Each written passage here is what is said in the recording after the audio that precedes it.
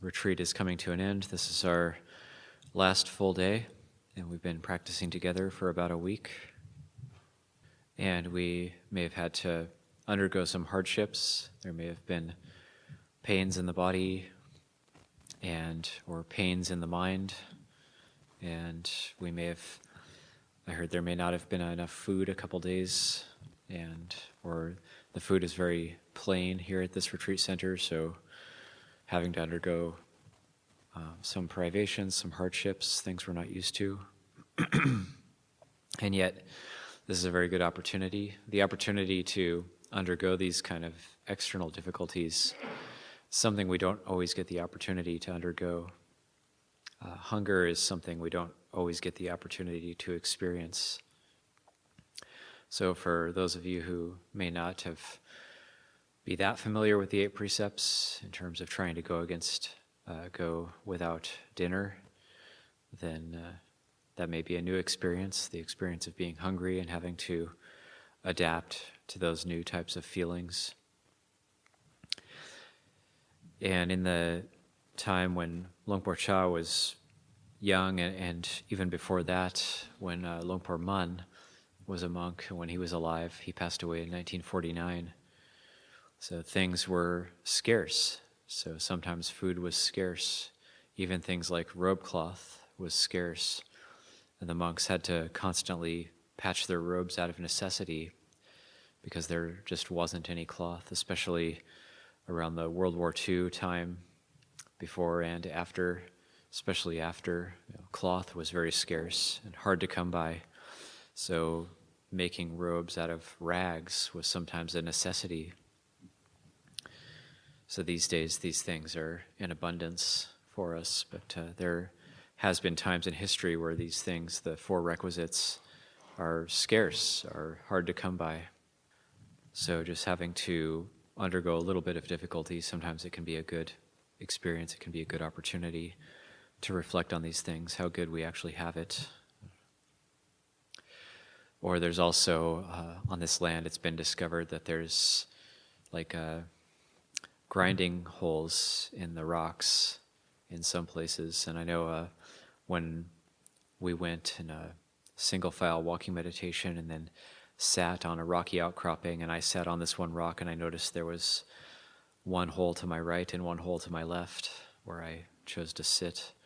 And so I was, when we meditated there for about 15 minutes, I was imagining the Native Americans of previous eras mashing acorns there, grinding acorns there, probably grinding berries there as well.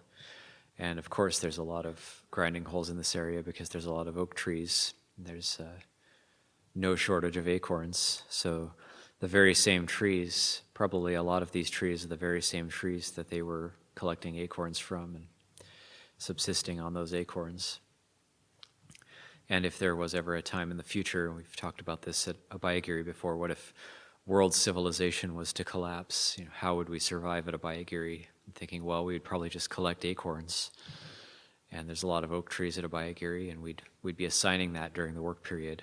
We'd be saying, okay, well, you're working in the kitchen today.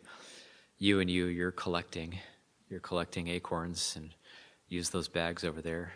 And the rest of you are grinding acorns in the kitchen and maybe finding some way to adapt to that new situation. So that's how people here in this very area lived in the past, and they got by, they lived. They lived in a different way than we live now. Now we have a lot of technology and a lot of complications in our lives. We go to school, we have university. So the people living here before, in the past, they didn't go to school. Their school was just learning how to grind acorns, learning how to hunt, learning how to gather things, learning how to look for food, learning how to help look after the community. So things were different, and things are always changing like this. And this is one aspect of impermanence. One way that they would dye things is they would use the bark from the manzanita and the madrone trees And I learned this in doing some research about natural dyes in these areas. And so there's groups of monks at Abhayagiri who now boil down the bark of the madrone and manzanita trees and make dye out of it. So we take some of those skills, we can still make use of them today and recollect those who came before us. So we might find on a retreat like this, when we try to make the mind wholesome, we have a lot of space, a lot of time in the meditation, and trying to make the mind wholesome, it's difficult. There's obstacles to that. So there might be difficult memories, or we might think we've had difficult interactions with people in our lives or family members, and so it's hard when these memories come up. It's hard to make the mind wholesome. Or we might feel like, Longpo Pasano's not here, and these teachings aren't as good, so I don't like them and resistant to them. So so our mind becomes unwholesome because of that. And that's a possibility as well. There's one sutta where there's different reasons the Dhamma flows or doesn't flow when someone is speaking about Dhamma. And one reason the Dhamma flows is if the speaker is into it. Another reason the Dhamma flows is if the audience is into it. And another reason the Dhamma flows is if the speaker and the audience are into it. And one reason the Dhamma doesn't flow is if the audience is internally critical of the speaker or the teaching while it's being taught, then the Dhamma doesn't flow. And so it's hard to know when the Dhamma is going to flow or not flow. And I was thinking about Longpo Sumedho, how whenever he speaks it just always seems to flow out of him very naturally. And I thought, well, why is that? And well, it's like that sutta, he's into it. It doesn't really matter if anybody else is into it. He's always into it. He's always into the Dhamma. So he can just speak. And whether it's a few people or many people, it doesn't really matter. It just flows. Or there's a story about a monk at Wat Papong, and he was maybe 6 or 7 vasas, 6 or 7 years as a monk. And he was at his kuti in the evening, and it was very quiet, and the Dhamma just started flowing for him. And so he just started giving a Dhamma talk to nobody in particular, just started speaking Dhamma, and there was just nobody there, but he couldn't stop himself. And Ajahn Chah kind of heard something in the distance and walked over to check it out, and he was observing that there was this monk just talking, and he thought, hey, has this guy gone crazy? And so he went up and cleared his throat, and Ajahn Chah said, is everything okay? And he said, yeah, I'm having all these insights, and I just had to speak it out. And Ajahn Chah said, oh, well, okay, that seems like, I thought maybe somebody had gone crazy, but this seems very genuine, so he said, please continue. He walked away, and Ajahn Chah said he thought after that anything is possible with Dhamma. And sometimes those kind of things just happen. So when we're trying to make the mind wholesome, then we're making the mind wholesome against all odds. And there's a lot of obstacles to making the mind wholesome. And so we're doing it against all odds. There's no shortage of things we can be negative about. We can actually be negative about anything. And one thing Longpo Pasano would teach over and over again, it's kind of been a hallmark of his teaching, because I've listened to so many of his teachings, and one hallmark of it is it's actually easy to be critical. Being critical is actually very easy, and being negative is actually very easy. It might seem like we're being very intelligent and cutting with our judgments and our negativity, but actually it's very easy. But what's very difficult is actually finding the positive in every situation. And that really takes some contemplation, takes real intelligence to try to see what's positive with any situation. No matter how negative the situation might be, what are some of the positives that we can take out of it? How can we use it to make the mind more wholesome? How can we use it to develop more wholesome dhammas and let go of unwholesome dhammas? So that's really important to contemplate in that way.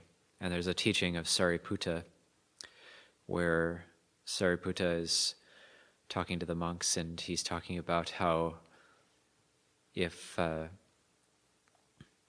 you want to keep the mind wholesome as often as possible, then in terms of other people, to look at their good qualities, but not focus so much on their bad qualities, but to try to see what are their good qualities, and to try to make much of those good qualities and help them to grow in that person. So a lot of times in the West, we have a different approach where we try to ferret out and look at all the bad qualities and then stomp them out and destroy them, and get rid of them, and we have that approach, and by that way we will make more goodness in the world. So there is still that intention of goodness, but it's the approach of finding the badness, finding the unwholesome, and stamping it out and being critical of it and trying to get rid of it. And we find that usually, I don't know if that ever works, maybe it works rare occasions, but it usually just ends up increasing the negativity for ourselves and others, and it's a vicious downward spiral. So when we try to look at the positive, and in terms of other people, Venerable Sariputta is saying, if someone has, exclusively good qualities and very, very few bad qualities in their character, then it's easy. Then we just focus on those good qualities, and we say,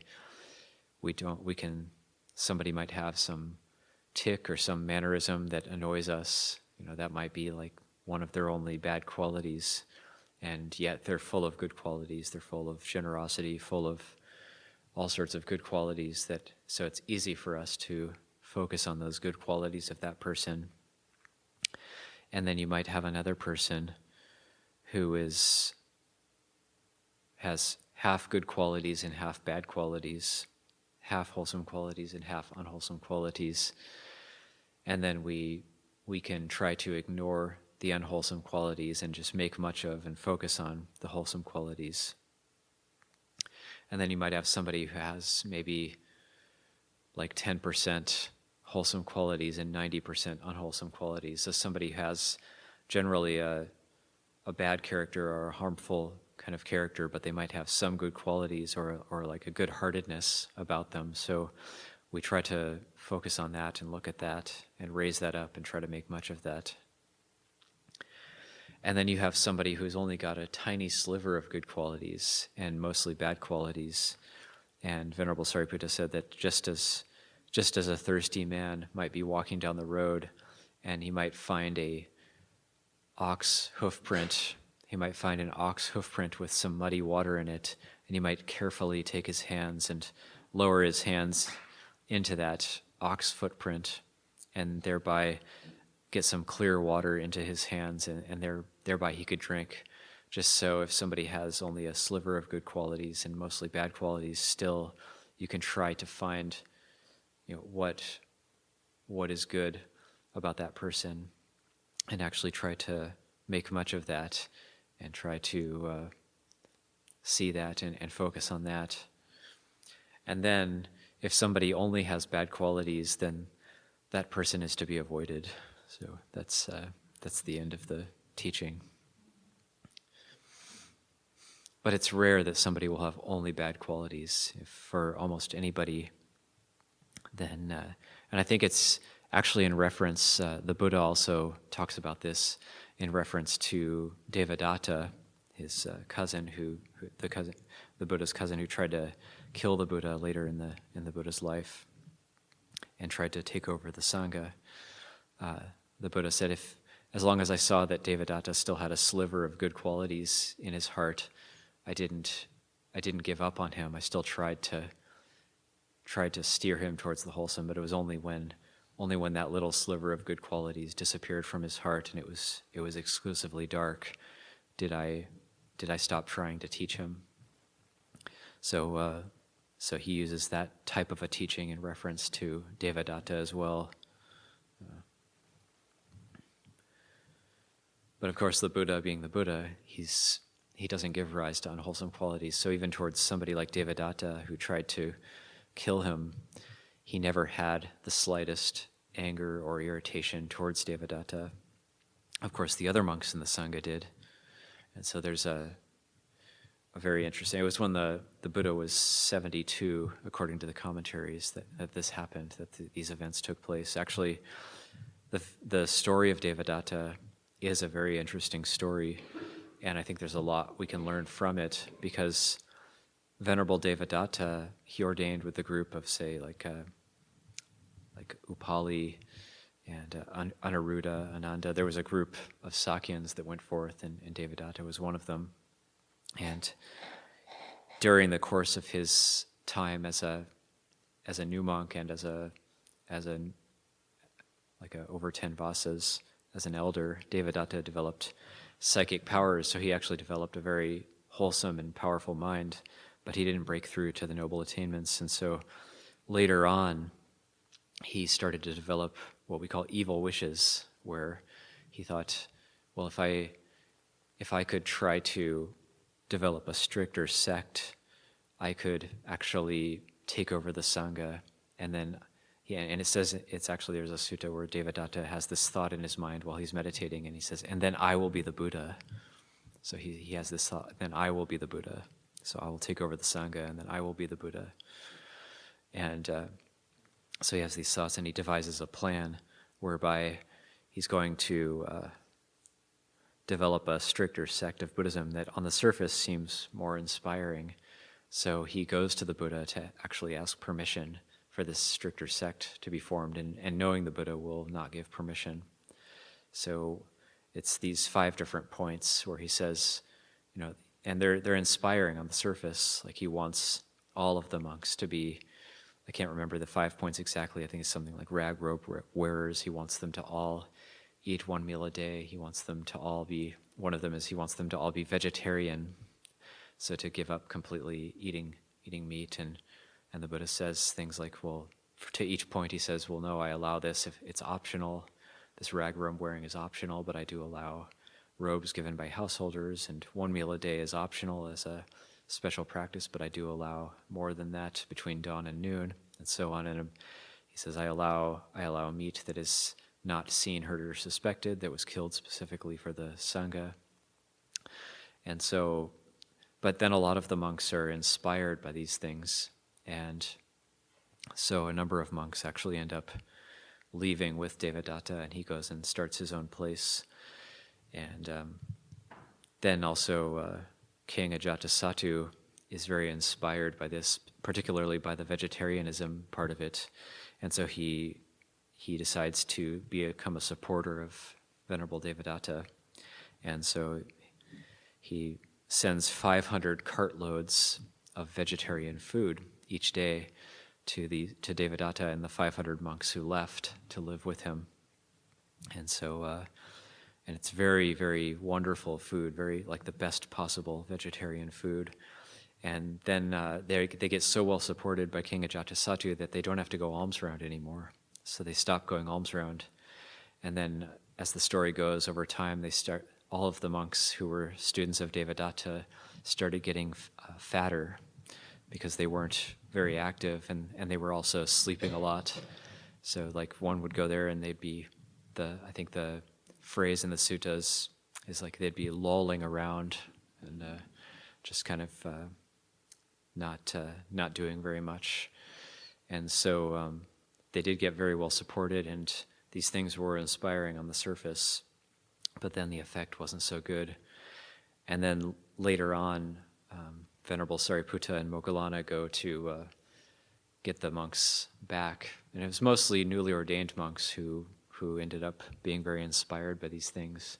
And so they go, Venerable Sariputta and Moggallana go back, and it turns out Devadatta is asleep, but all the other monks are awake. And so they give a Dhamma talk to the other monks, and the other monks are kind of like, oh, what are we doing? We left the Buddha's side, we should all go back. So they all leave, and only a few of Devadatta's closest companions stay with him. And after that, as the story progresses, Devadatta becomes very enraged at the Buddha, and then does things like he tries to kill the Buddha by rolling a rock down on him, and the rock misses him, but a large splinter from the rock breaks off and cuts the Buddha's foot, so he makes the Buddha bleed. And then there's this interesting part of the story where the Sangha, they hear about this, and then they're all, and this is on Vulture's Peak, so the Buddha's in his kuti on Vulture's Peak, and it's when he's nursing this injury on his foot, and then the Sangha is all circumambulating, all of the monks are circumambulating the kuti of the Buddha and chanting protective chants for him, and the Buddha goes out of his kuti, and he's like, what are you guys doing? And they're like, well, Devadatta tried to kill you with that rock, and you've got this injury on your foot, and so now we're going to create a shield around you so nothing can happen to you, because we'd rather us get harmed than the Buddha. And the Buddha says, don't worry, your chanting doesn't, protective chanting doesn't have any effect on what happens to me, the Buddha, after all. So he said, you guys don't have to circumambulate my kuti and chant. You can just go and get on with your practice. And he said, actually, one of the qualities of a Buddha is they can't actually be killed by anybody. So they can be made to bleed, which is considered one of the worst things you can do. It's one of the 5 heinous crimes, but you can't actually kill a Buddha. So he said, don't worry, this is all that's going to happen. And I just thought it was this very realistic image it was a very realistic scene that was being portrayed from the time of the Buddha. It just seemed very, for me, reading that part of the story seems very lifelike, that like that's actually what would happen, where if somebody tried to kill your teacher or something, people would come and try to be doing protective chanting and circumambulating and doing anything they could to protect their teacher. So it all seemed very realistic. And also one interesting part of this story is that every step of the way through this, when Devadatta takes the Sangha, he splits the Sangha to leave the Buddha's side, and he starts getting very well supported by King Ajatasattu. He starts losing his powers. So every step of the way, he loses more and more of his psychic powers. And after Venerable Sariputta and Moggallana go and get the Sangha back, then he actually starts to become very, very ill. So first he starts by losing his wholesome qualities and his psychic powers and his abilities, and then eventually he becomes very, very ill and develops a terminal illness. And so, and then his life doesn't end well. Like he actually ends up, that's where the story gets a little bit fantastical. He gets swallowed into the earth as he's being carried on a stretcher, and he wants to actually, he does have this kind of intention to ask forgiveness from the Buddha, but he's already done so much, like in terms of trying to actually kill the Buddha, that his friends are carrying him on this stretcher, and he's covered in sores and he can't move, and they aren't able to make it to the Buddha, and he asks to be set down, and then he sort of gets swallowed up by the earth. So he almost got to the Buddha, but he got swallowed up by the earth, and then, but even just that tiny sliver, that tiny light of that intention to want to ask forgiveness, it's said that in the future, so Devadatta is not in a good place right now currently, but in the future, he will become a Pacceka Buddha named Atasaro. So that's, it's even for somebody like that, it's said that in the future there'll still be an outcome based on any goodness that he cultivated in his life. So nothing is fixed. So no matter how bad things get, it can always be turned around. Even somebody like that, it's said that eventually it will be turned around and he will achieve enlightenment eventually. I was Many people know the story of Angulimala. It was the same, where he changed his ways and was able to actually go from being a killer, a murderer, to achieving arhatship. And so that's a possibility. And I won't go into that story so much. And even another story, which it's in Majjhima Nikaya Sutta 50. It's a sutta that I really like. It's the admonishment or the rebuke to Mara, and where Mahamoggallana reveals that he was actually Mara in a previous existence, and he created a lot of bad karma at that time. And but even he was able to eventually, he was able to be a great disciple of the Buddha and be foremost in psychic powers in his final lifetime. But then it's also said that at the end of his lifetime, there was still residual bad karma from being Mara in the past, and he was actually didn't have a very pleasant death, Mahamoggallana. So even somebody who was in their past life was the lord of delusion can still turn things around and actually cultivate the skillful, cultivate wholesome qualities. So for any of us who think, oh, it might be hopeless, or I can't possibly train my mind, we just have to develop some patience and be patient, forgiving with ourselves. That's important.